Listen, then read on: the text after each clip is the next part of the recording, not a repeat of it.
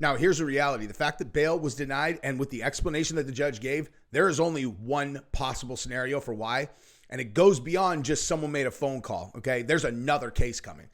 There's another indictment coming. There has to be. Otherwise, doesn't make any sense, and I'll explain to you exactly why right now. All right, so I went live immediately upon finding out that Diddy had his bail denied.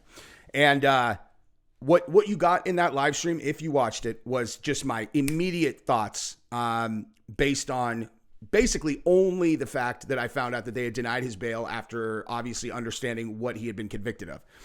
So I've had, 16 hours to sit and actually think a lot about this, about why I feel the way that I do and why I believe that I have like good thoughts here to share with everybody to make people understand why or how I think people should be looking at this. Okay. Now, when I'm going to do a video about something that I know a lot of my viewers will disagree with, I always feel like I need to try to connect with everybody who's watching so that it's not just the people who agree with me that are like, yes, it's like, I'm trying to talk more to the people who feel another way about it. So that you can at least, you don't need to necessarily come out of this thing agreeing with me, but I just want you to understand where I'm coming from, because bottom line is, I've told you this. I've seen a video of this man beating up a girl. Like, dude, I don't have sympathy for him and his, what happens to him. Now, obviously, if they get, if it turned out the only thing he's ever done is like hit women and they were like, oh, we're going to give him the electric chair, I might be like, whoa. Okay, like, hang on. Now, if he did this every single day, it was a constant thing and he was constantly hurting people, I'm like, the only thing this guy exists to do is to hurt people. Sure, whatever. But that's not what I'm talking about. Mostly what I'm telling you is like, I don't have sympathy for Diddy specifically. That is not where any of this comes from. Where this comes from is an understanding of how societies are supposed to function, and where we get into extremely, extremely dicey territory. Okay, I actually think this is that big of a deal. Okay, I think this is that big of a deal because it's the exact same mechanism that was applied very recently within the last few years, which led to an outcome in the most recent election, which has had absolutely thermonuclear impact across the globe, right? I think it's pretty, fair to say that had the election gone the other way, we would be in a very different world right now, okay? Obviously, there are a lot of people who think that'd be better, and most of us think that it would not be better, But it's neither here nor there, okay? Because here is what's actually going on. So Diddy gets convicted of the Mann Act, which means transporting someone across state lines for the purpose of prostitution, okay? He gets acquitted of sex trafficking. He gets acquitted of RICO, racketeering, okay? So bottom line is, right, when he was being held absent bail, it was because he was facing life in prison. It was because he was a flight risk. He's this incredibly wealthy person and all of that stuff. And supposedly he might be tampering with witnesses. That's what they said, okay? Now, I've said from the beginning that if you're not paying attention to why, what the origin of this case actually is, then you can't understand what you're really looking at, right?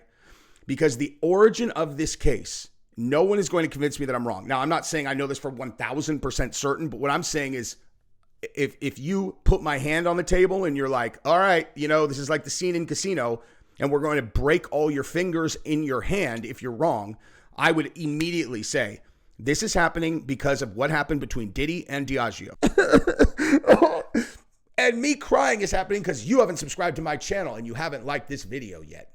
Okay? Diddy bit the hand that fed him in a way that you do not do. Okay? What these people are, these BlackRock guys, Vanguard guys, and I feel like I say these things and some people might not really understand what we're saying. We're not just talking about these people are wealthy, like they're not wealthier than Diddy.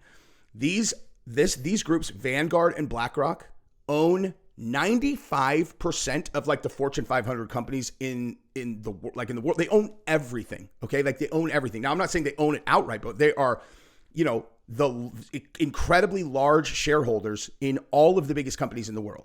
Okay. They run everything. Okay. Everything. If you own 10% of a Fortune 500 company, the influence that you have over that organization, you can't even exaggerate. I mean, like that you can't do anything without their say so. Okay. They have voting rights, all of that stuff. They're always on the board. They're always on the board of these companies, and they're kingmakers. Okay. That is what they are. That is why you see such consistent opinions from people who are in Hollywood, who are music artists, like where you see, you're like, where is someone who's willing to say this thing that seems very obvious? Like, as an example, that women should not be competing against men in sports. Like, where were all of the bigwig people just coming out against this that could have shut this down in 1 second? Like, where are all the big entertainers? They all have brains. And the reason why none of them say it is because they don't want to bite the hand that feeds them. It's the reason that they none of them came out against, these mandates.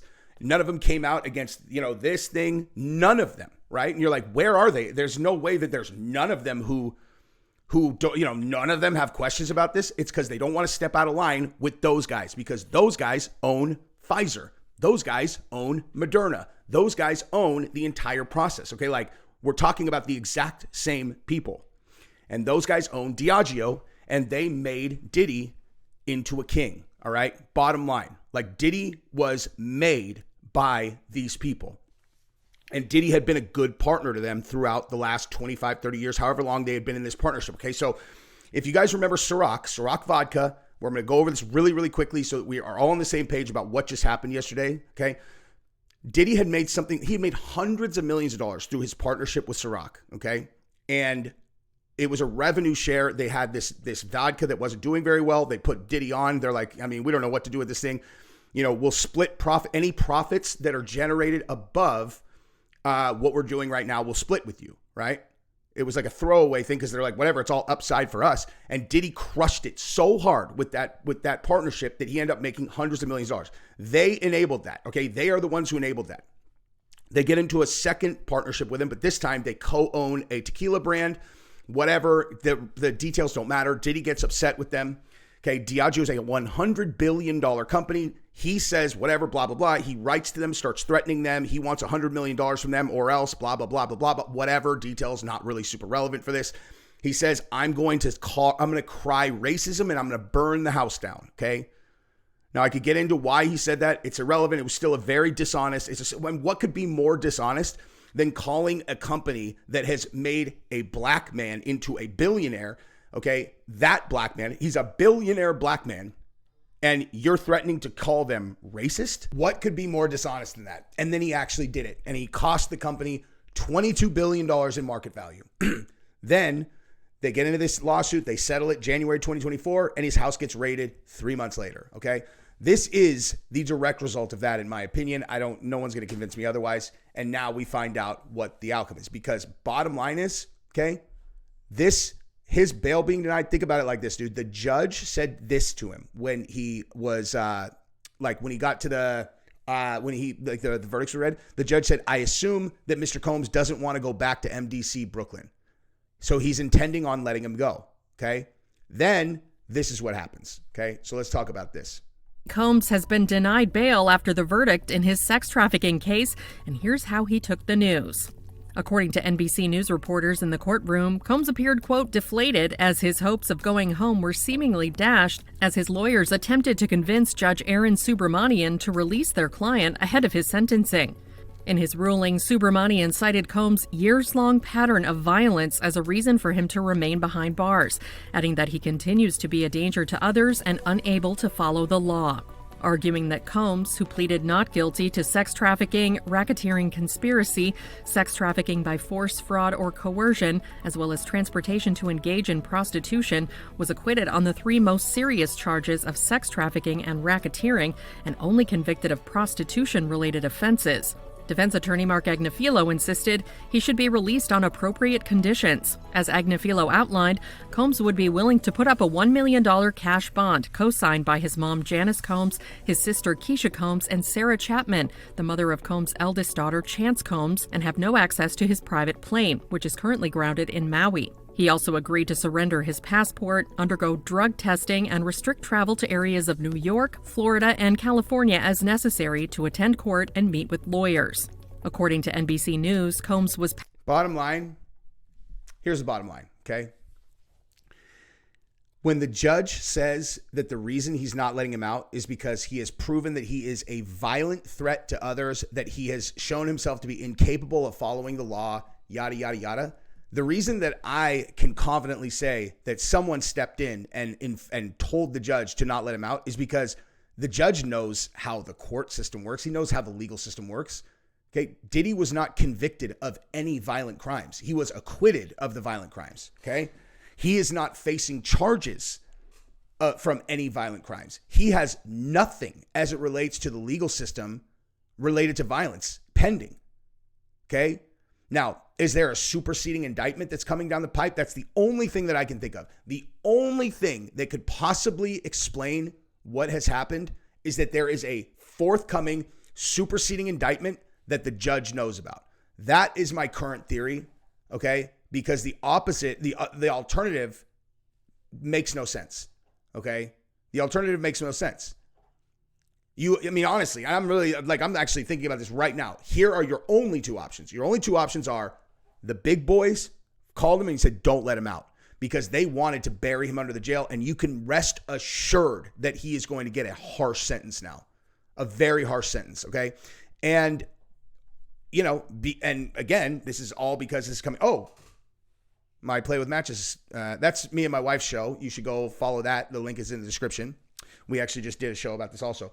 Okay. But the bottom line is this, it's indefensible. It's indefensible to keep him locked up awaiting sentences. And you know when his sentencing is going to happen? October, July, August, September, October. So you're talking another 3.5 months in prison for what? In jail for what? Because an escort flew across the country to have sex with a hard 10. Everybody involved is a willing participant according to the jury. The jury already heard this case and they determined, okay, that they were willing participants, which means there are no victims here. None. These are victimless crimes. So how can you possibly justify it? Okay. So either they called and they were like, lock him up. Okay. Like keep him in jail and the judge did it, or there is a forthcoming superseding indictment that is going to be much more, a lot more violent stuff coming, a lot of others, which is not even close to impossible, not even remotely close to impossible. And as a matter of fact, that is, as of this moment, my hypothesis. I can't, I literally just got there right now. Okay. So when you think about the fact, when you really get into the weeds of this thing and you think about what was in this case and what wasn't, right? Like what was in this case and what wasn't? There are all these crazy accusations that Diddy has, right? All these things that are all over the place. And the only thing involved in this was 2 of his ex-girlfriends. Those are the supposed victims, 2 of his ex-girlfriends. Think about all of the things that we've heard he's accused of. We heard he shot a guy. We heard he had Tupac murdered. We heard that he has been raping people all over the place. We heard he's been drugging people all over the place. We heard about kids at his parties. None of that stuff involved in this trial. The only thing that makes any sense is that there is a forthcoming superseding indictment that is going to include a lot of that stuff, because it's not like he was acquitted of those things. They didn't try him for those things. They didn't indict him for those things. So as of now, what my hypothesis is that there is another case coming. And while he thinks he beat this case, he didn't beat shit. He's being held. And before he even gets sentenced for this one, they're going to indict him on something else. Okay. Because again, bottom line, if these guys want you got, if they want you got, you're getting got, dude. Okay. Like they did this trial. Think about this. This whole trial was invented out of nothing. Like literally out of nothing. I mean, yeah, you have the video of him beating up Cassie for sure. But I mean, like in terms of sex trafficking, it was absurd, ludicrous.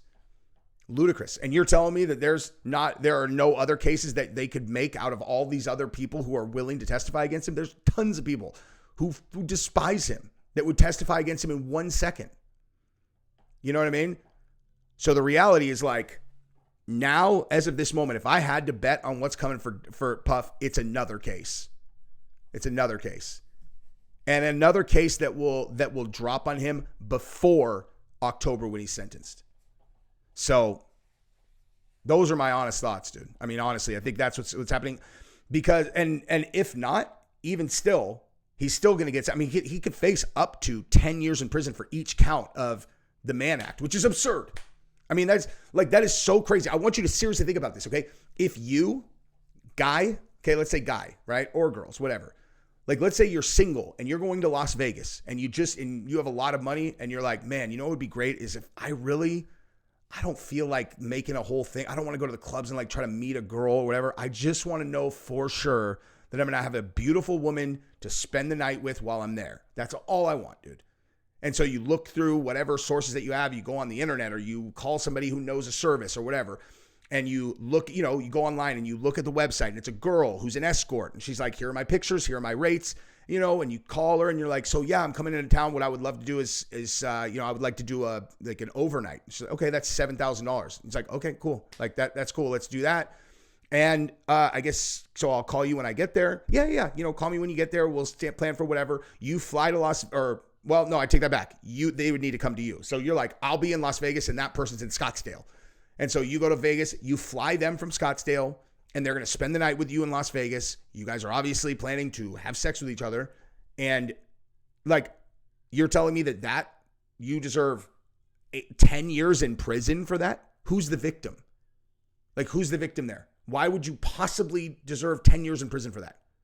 You're not cheating on anyone. Not that is illegal anyway, but you are participating in a completely willing exchange of goods and services. This is what this person does for a living. It's a beautiful girl. You're obviously a wealthy person if you're willing to spend that amount of money for one night with a girl. Everybody's happy. Everybody walks away happy. Why on earth would we take a person like that? Because I feel like people don't think that it's us doing this, okay? Like it's us.